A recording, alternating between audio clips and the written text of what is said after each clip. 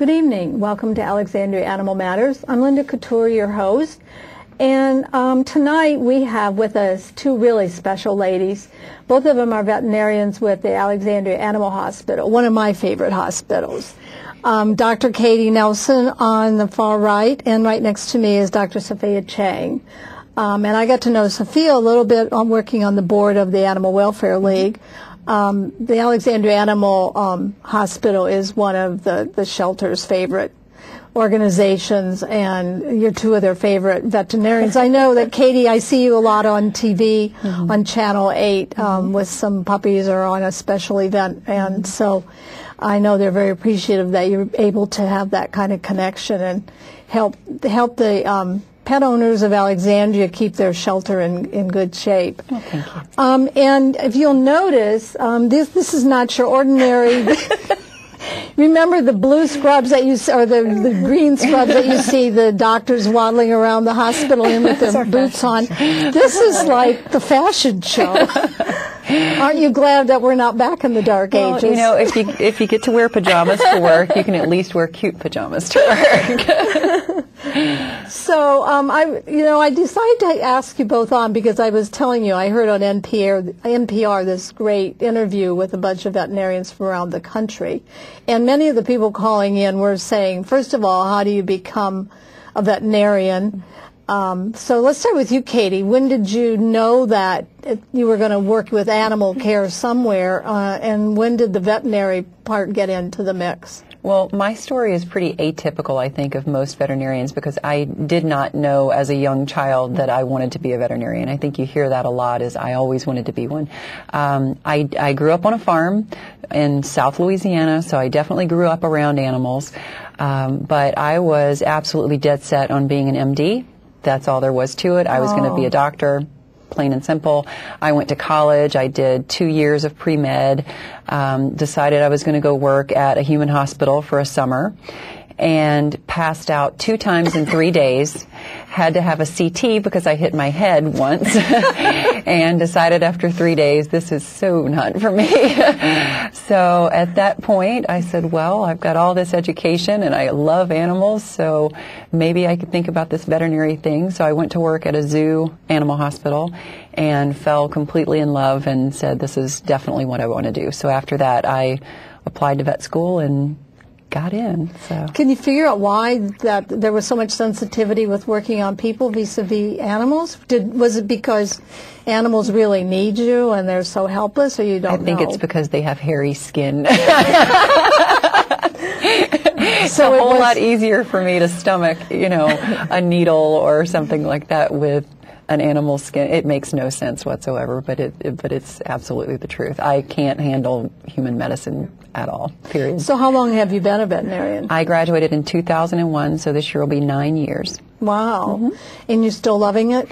I do, and I've been very blessed to have a wide range of experiences in veterinary medicine. I've done both small animal practice, I've done corporate medicine for a few years, I've now been in emergency medicine for 4 years, and I also have the media side of my career, which I also greatly enjoy as well. So, I really get to keep it interesting, and that's the part of veterinary medicine I think a lot of people don't really know, is that there is such a wide range of careers within our profession. So glad you mentioned that, because what was one of the things when I was thinking about this was that people shouldn't look at just this field as being very, very narrow, because you're not even mentioning animal research and some of the other ancillary things that still use this great knowledge and this great education. Public health, surgery, dermatology, there's just anything basically that you can find in human medicine. We're getting the public health. I knew from when I was a military wife that the veterinary service was responsible for, the rabies, keeping rabies off the bases, and as well as the food, food supplies for the bases. Oh, that's right. That's right. The veterinarians that are in Iraq right now, for example, are the ones that are responsible for taking care, doing herd health for the food supplies for our soldiers. So you can go up and take care of the horses at Fort Bragg. Me personally, no. They would not be doing well with my veterinary care. We can't. That's what we always say. We'll stick to the species that we know best. I know a few. So how about you, Dr. Chaing? I think I'm somewhat similar in that I also did not grow up thinking that I wanted to be a veterinarian. And it wasn't until actually I was graduating college and I had to think about whether I wanted to go on and pursue a graduate degree or perhaps become a veterinarian or an MD. And I took a few years out of college to really decide.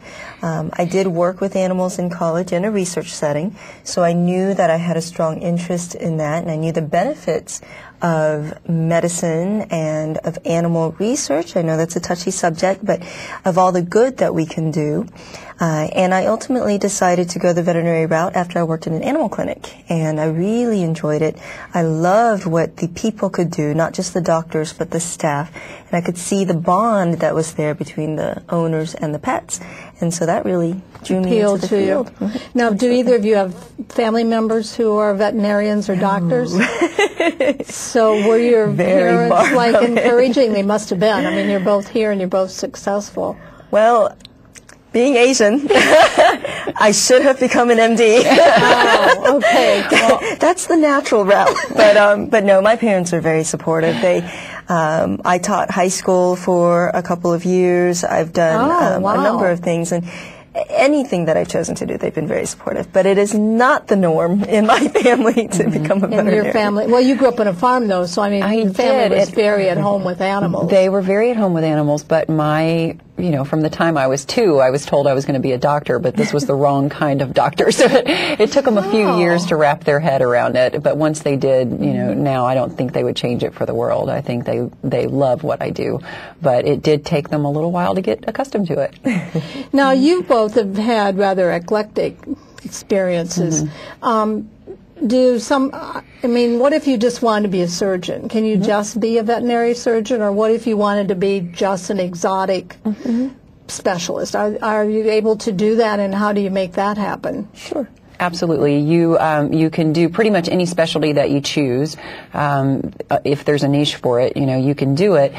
For surgery, for example, it's at least a 3 to 4 year commitment after you graduate from veterinary school for a residency, and then, possibly a fellowship after that. Wow. Studying for your board exams, becoming board certified. So it is quite a process. If you go to someone who has, some extra initials behind their name, it's because they put quite a few years into obtaining those initials. They didn't just pay a membership fee. So at the Alexandria, so it affords that. And the other thing I think that's of interest, I mentioned that both of you happen to be women, but you're also both married and have families. So are you able to work within being in this vocation and still have enough time to? So is there flexible time and scheduling that you guys can arrange? I think we're very blessed to be at the hospital that we're at, because our particular bosses have afforded us the luxury of flexibility in our schedules. Me being an emergency medicine, I definitely have some flexibility because I cover really odd shifts. I do the shifts that nobody else really wants to do, but it's great because it allows me at least 3 to 4 days a week at home with my son. So we're very, very lucky in that. I would point out that there are now more women in practice in veterinary medicine than men. It's really extremely, it's a field that's growing greatly to the female persuasion, I guess is how to say it. But it's a great career for us because for women, we're very compassionate and we're very relatable to our clients, because the vast majority of our clients that are bringing their pets in are the ladies of the family. So it does make us very relatable and very compassionate. Yeah, I was going to say, so you wouldn't have a problem being empathetic or even sympathetic with what the owner is having to deal with. So you can be very objective as far as the treatment, but at the same time, you can give them that hug. Which comes naturally, not to take away from the male, because many of them can do that as well, but women just naturally, I guess, have that ability. We're more motherly. Yeah. So, don't go away, because we're going to be back in a few more minutes. And in the second half, I'd like to talk to the two of you about some of the medical treatments, pet obesity. I think you just completed some studies in acupuncture. So we'll get into some more of veterinary medicine when we get back. So